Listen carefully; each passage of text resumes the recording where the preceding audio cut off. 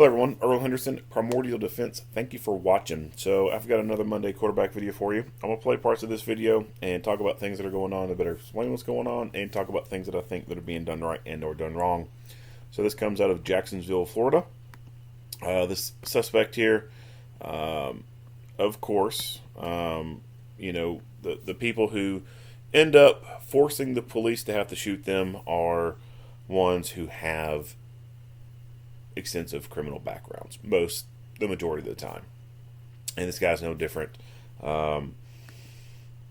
Just at 28 years old, domestic violence. Of course, when they're when they're convicted of crimes and they're sentenced, they're put on probation, right? And they go and violate the conditions of that probation. Either they are committing other crimes. They're not following the rules of probation. They maybe don't pass a piss test or something, or they don't check in with the probation officer and they've absconded, whatever. They usually, they can't follow the rules, right? Which is why they are in that position of being in probation in the first place. They can't follow the rules, and naturally they just don't follow the rules of probation. So no idea how many times he's violated probation and parole, but a lot of times these people will violate it multiple times, and they just keep getting second chance after second chance after second chance, and it's extremely frustrating. So what this guy did was, it was a case of domestic violence. Girlfriend / baby mama, whatever, punched her in the stomach, almost pretty much basically holding him hostage with a gun. Just, dirtbag kind of activity. Police respond to the scene, and he is in a vehicle, and he gets out of the vehicle and pulls a gun and points it at the officers. Turn the volume on here. Ask for 10. Hey, let me see your hands! Let me see your hands! Get on the fucking ground right now! Get on the fucking ground! Shots fired! Shots fired! Shots fired!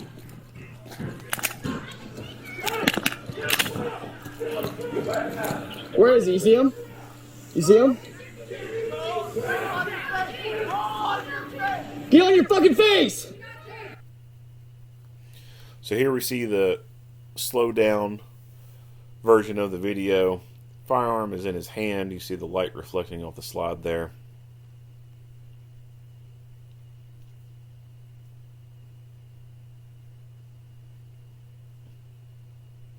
And then voila, gun pointed up at him. So we can see in the camera that as he is walking, the gun is down to his side. The officer may or may not have saw that. Just because we see it in the camera doesn't mean that the officer's eyes actually picked it up. It could be at this point that the officer actually recognized he had the gun, or he may have known it and just chose not to shoot at that point. Personally, I think that as he was walking like this with the gun out, that's green light right there. That is green light to use deadly physical force.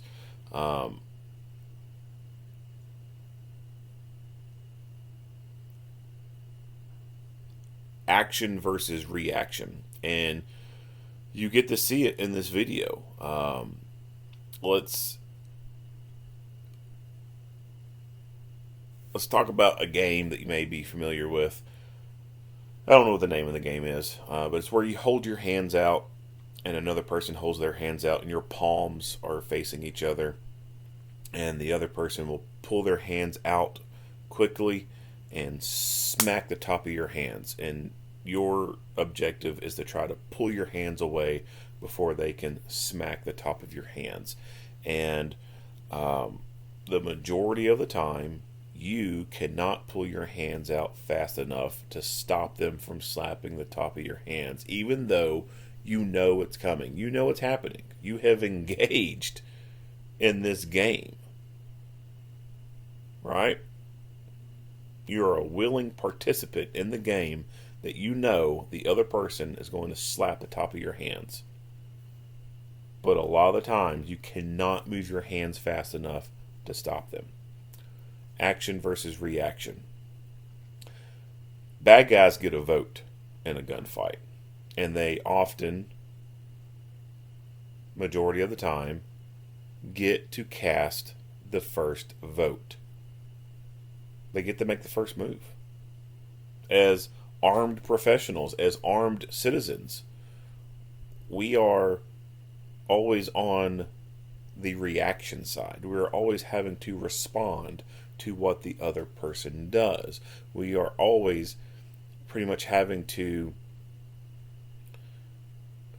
respond to the force being presented, and we can only use the amount of force that is reasonable. And that can put us at a huge disadvantage, because the bad guy gets to cast their vote first, and they get to fire that first shot majority of the time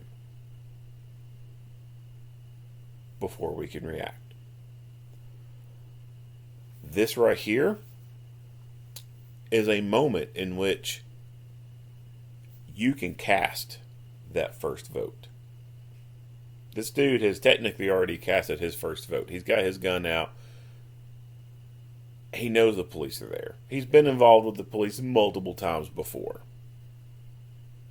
It's not like he doesn't know what police look like. He has a criminal history. Most likely unable to be in possession of a firearm anyway.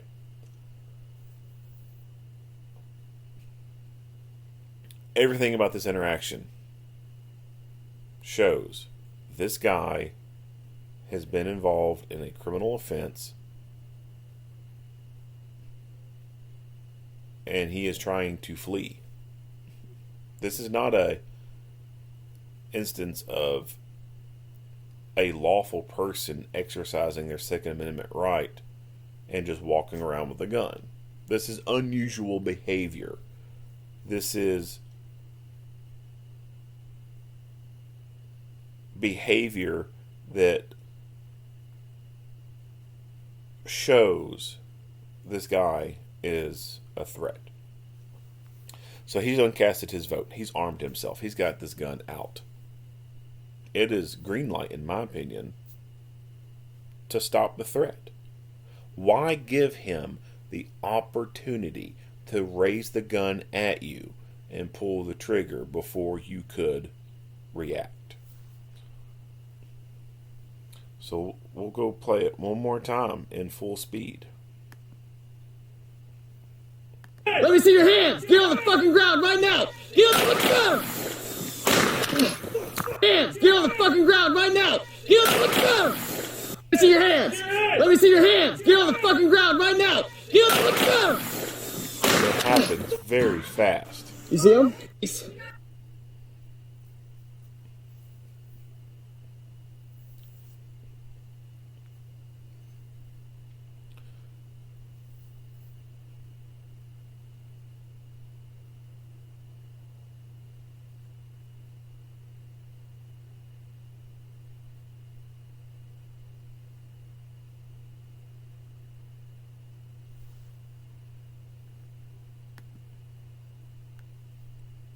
He was able to bring the gun up super quick. We're lucky that this dude didn't put a round in this officer's face. And it very well could have happened. Very easily could have happened.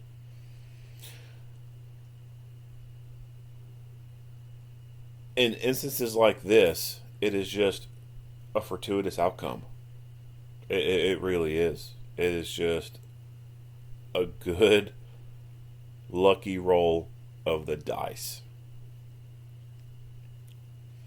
You have to keep in mind that in the history of law enforcement. The law enforcement officers killed in the line of duty by other aggressive, combative people have been mostly untrained people. Academy trained police officers are mostly being killed by untrained people. Police officer has, in some cases, a whole week's worth of firearms training, tactics training.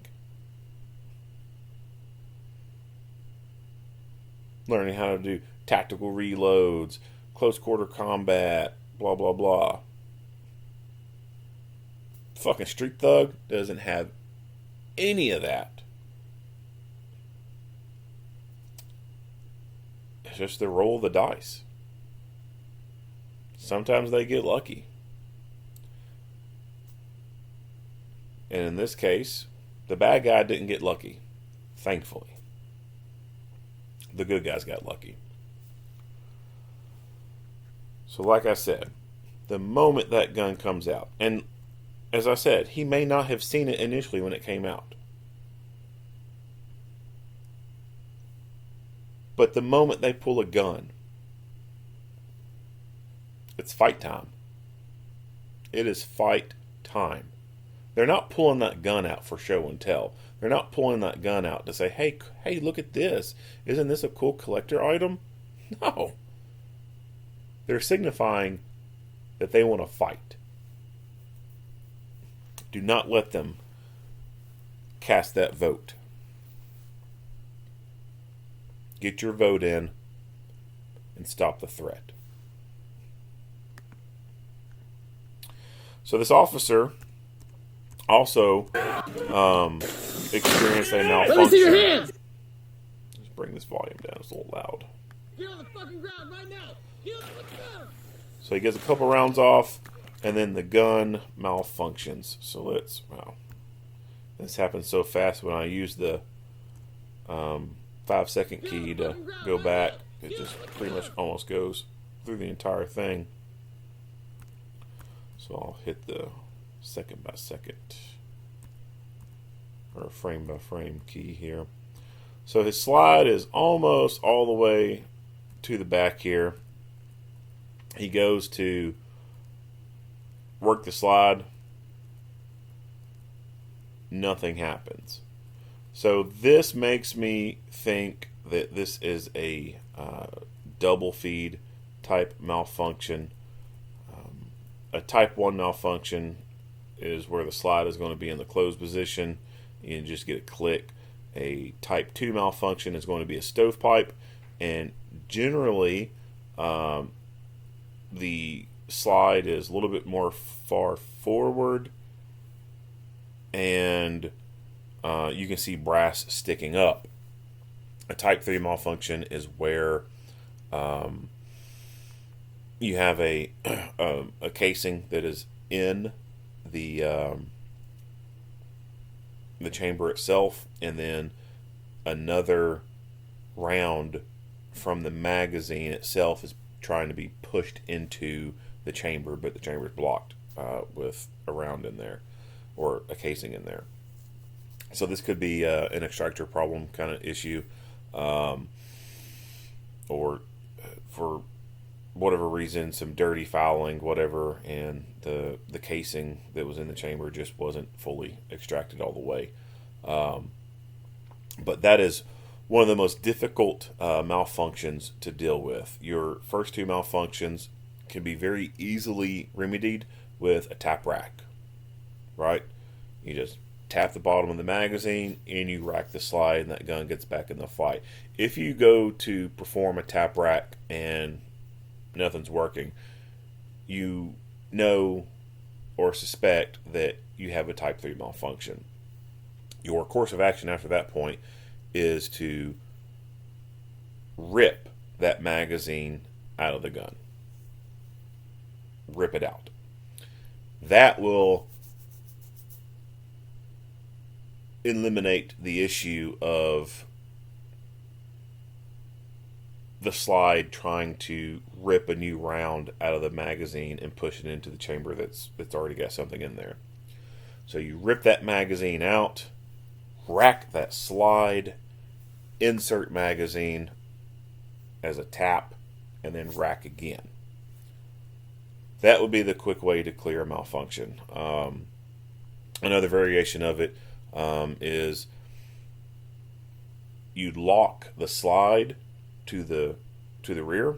Now it's almost always to the rear, right? But you could lock it in position and then rip the magazine out, and that can make the magazine fall out a little bit more easier because there's less resistance, less pressure being on there. But you can get away with just initially starting to ripping that magazine out. And when you rip that magazine out, the slide may go ahead and rock forward.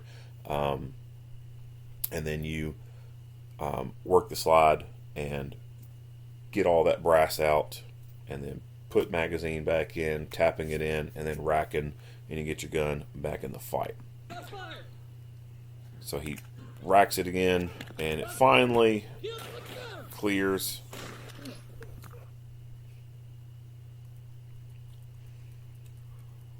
So he tries to rack it that time. Nothing happens.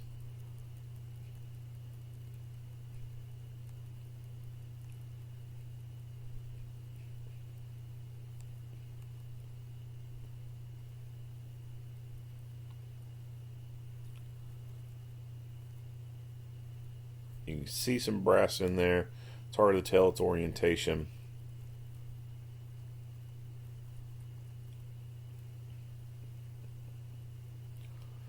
But what he did there, it finally decided to go home.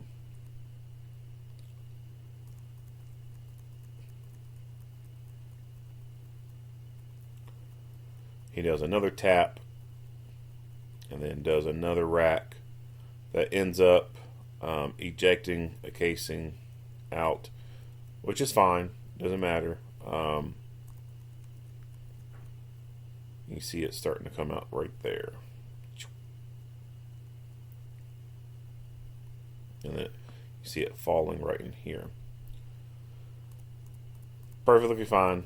He needs to get this gun back in the fight. So it could have been a Type 2 malfunction, or I'm sorry, a Type 3 malfunction where it was an actual double feed, and by him from point A to point B over here, while he was going and messing with the slide, maybe one of the rounds fell out. We just couldn't see it in the camera right here. And then he got it to go back into battery. It's hard to tell for sure, but luckily he got the gun back in the fight. Now, when his gun did go down, he took cover, right? Like, doesn't make any sense to stand out in the open with a freaking hammer in your hand and your adversary has a gun, right? Found cover, let the other guys who got working guns be in the fight. But as soon as he gets his gun fixed, he's back in the fight. That has to be probably one of the crappiest feelings ever. As you're in this gunfight, your gun stops working. I just cannot.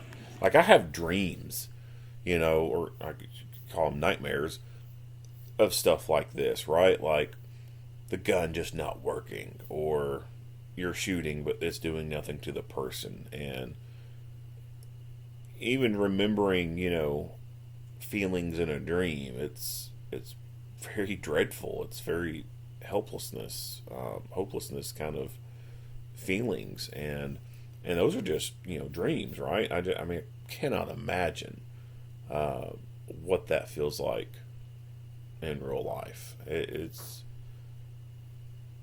got to be a horrible feeling.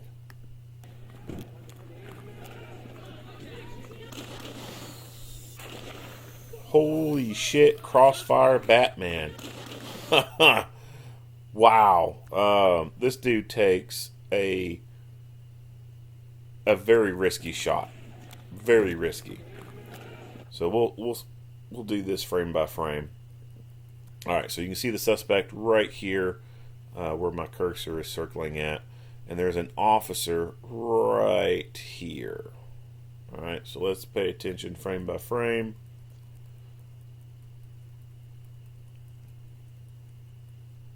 Guns up, and it's a little bit blurry, but you can still see them. You can see the officer right here, bad guy here.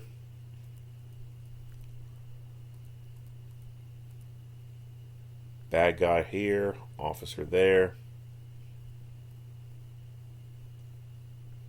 See how they're closer and closer? You can see him silhouetted here. Bad guy, good guy. Bad guy, good guy. And then the plume from the gun. Like, holy shit. They're on top of each other. Let's back this up one frame. Bad guy, good guy. Bad guy, good guy. Boom. Holy fuck. This is how cops die from other cops. Damn, dude. Like, holy shit. We had, in my town, an officer die from something kind of similar to this. Bad guy running towards another officer, and an officer off to the side fires his gun. And that round misses the bad guy and goes in through the side of the officer where the vest doesn't cover and kills him. Many other times in the history of law enforcement, cops have been shot by other cops. Cops shooting the police canine because they're so close to the bad guy. This was a hellaciously risky, dangerous shot with a pistol.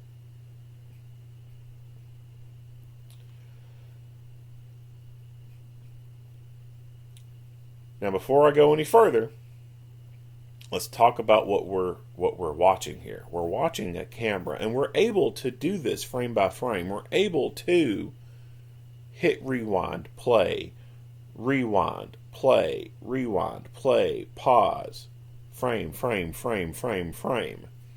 What the camera sees, the officer may not be seeing.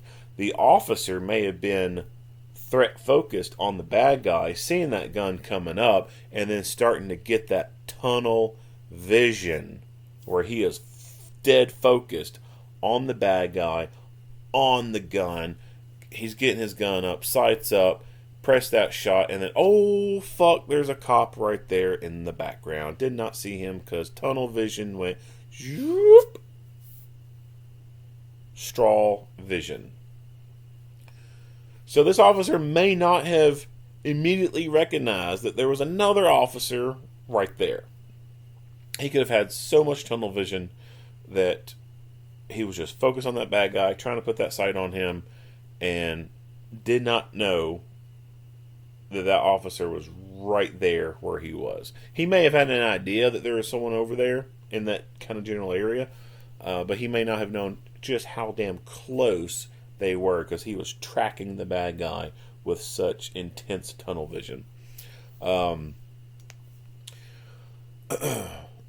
So there is a plausible explanation on why he's doing what he's doing right now with this risky ass shot. But holy hell.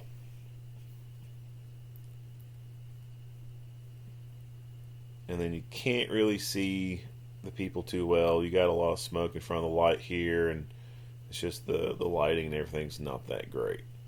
But I guess he kind of figures out that, well, no, I guess he doesn't figure out that there's a cop there because I guess they kind of disappear out of view behind this wall here.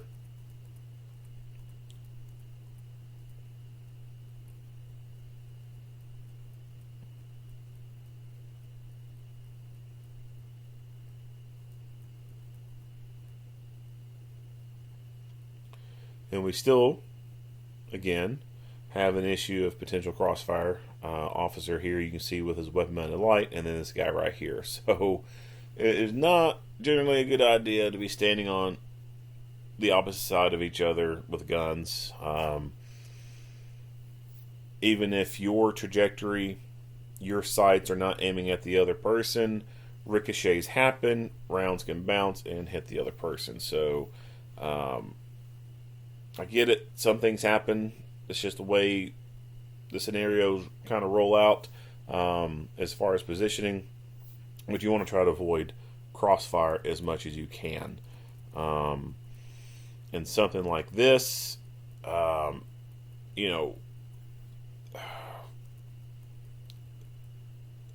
it is damn near impossible for any kind of true command and control to go into place here. Someone kind of trying to call the shots when it's this heat in the moment kind of thing, because the bad guy just is able to move around so quickly.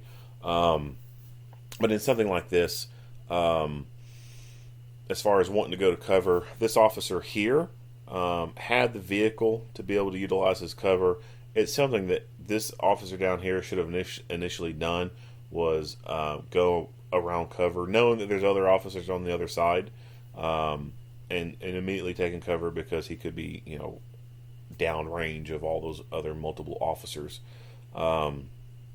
This guy here, you know, knowing that there's someone here, could have pushed left a little bit more to change his trajectory some, to be going in a different direction versus towards this officer over here.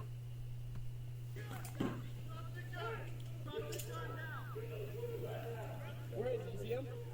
You see him? Yep, right here. Let's go. Be on your fucking face!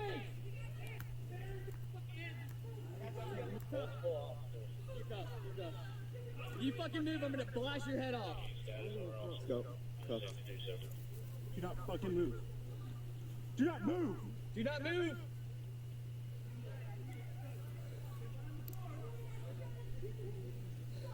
India 649, we're taking one into custody right now. Stop moving! You struggling? I got him. Whatever.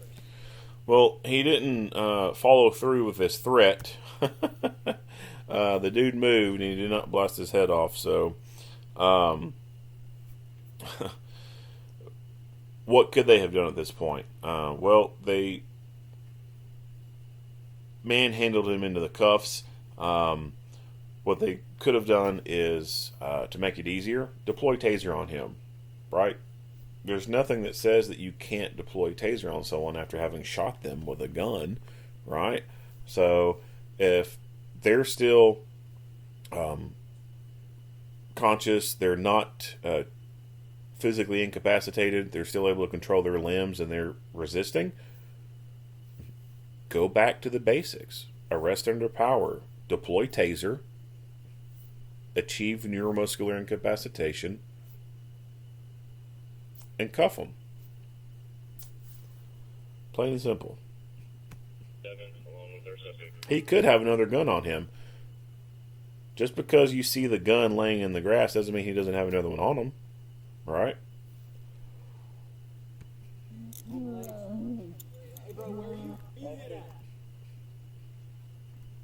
The video footage until audio. Alright, so this guy's body cam did not initially have audio because he hadn't started recording yet. But he will hit record here in a second and audio will turn on.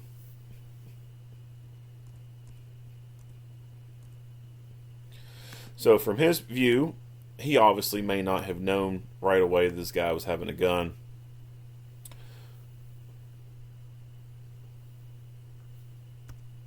We see dude go on the ground here. Obviously he knows there's a gun at this point, and we'll go frame by frame. We see from the other video where the gun is in the grass. Can't obviously see it very well in this video, but what's this dude doing? He's turning towards where that gun was in the grass, so he is reaching for his gun. And this officer, although we can't see it in the camera view because where the camera is located at, but you have to keep in mind that the gun is right here, so the officer's eyes are positioned above the cutout of the top of the screen here. So his eyes may have been able to see down and see that gun. The camera can't see it from this angle, but the angle of his eyes, he could probably see that gun that this guy was reaching for. So, dude's reaching for a gun, blast him. And he does that appropriately. And what's that guy do? Well, he all of a sudden decides that he doesn't want to reach for that gun anymore. Funny how that works, huh? Pain is and you can see the reflection of that gun too, right there. Funny how pain works as a motivator. Pain is a great teacher. There's a reason why when little kids put their hand on the hot stove, they learn very quickly, don't ever put your hand on that hot stove again. Same applies with hot lead. Once you get some hot lead in you, you learn real quick not to be doing the stupid thing that you was doing to get hot lead inside you.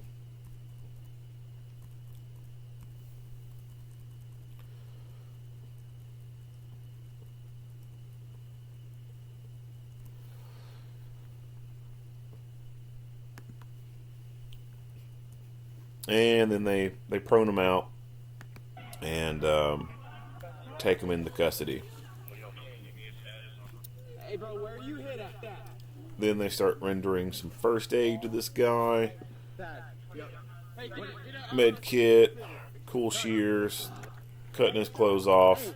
Secure that. Hey, watch that. Stay watching that. With the pants like that, I mean, I would just pull them down. I mean, there's no sense. And then there's sweatpants. It's not like they're going to be super tight or nothing. Just yank them down. I don't see the point in cutting them off. Just pull them down. They'll come off. So we don't really get to see much of anything else as far as the pre-hospital care that they provide. We just see that they are providing some form of pre-hospital care to this guy. It doesn't matter in the end because the guy ends up succumbing to his injuries, which is good because the taxpayers there are not going to have to worry about footing the bill for this dude anymore.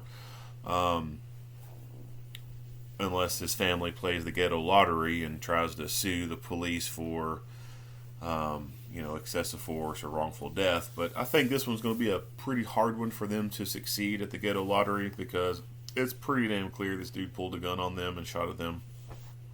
And, you don't get to pass go on that and collect your money.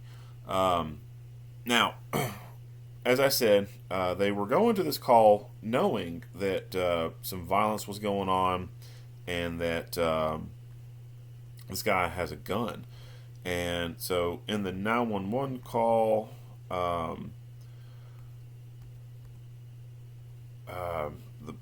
the person says, he's got a gun, right? And so these officers are dispatched to this call knowing that there is a gun involved, that there is some potential gunplay going on, and that there's violence going on, and not just regular a guy fighting another guy, but domestic violence. And in the context of domestic violence within law enforcement, domestic violence is one of those things that gets a lot of cops injured and killed. And the nature of that, plus the dude having a gun, it's being reported that he has a gun. These officers knowingly went to this call and chose to get out of their vehicles with pistols only. They neglected to get rifles out. And that is one of my biggest complaints when it comes to videos like this, is officers neglecting to get rifles out on calls, high-risk calls that dictate a long gun needing to come out. Alright, so that's it. If you like what you hear and see, go ahead and give me a like and a share. If you haven't already, hit the subscribe button and stay tuned for more Monday quarterback videos. Earl Henderson, Primordial Defense. Thank you for watching.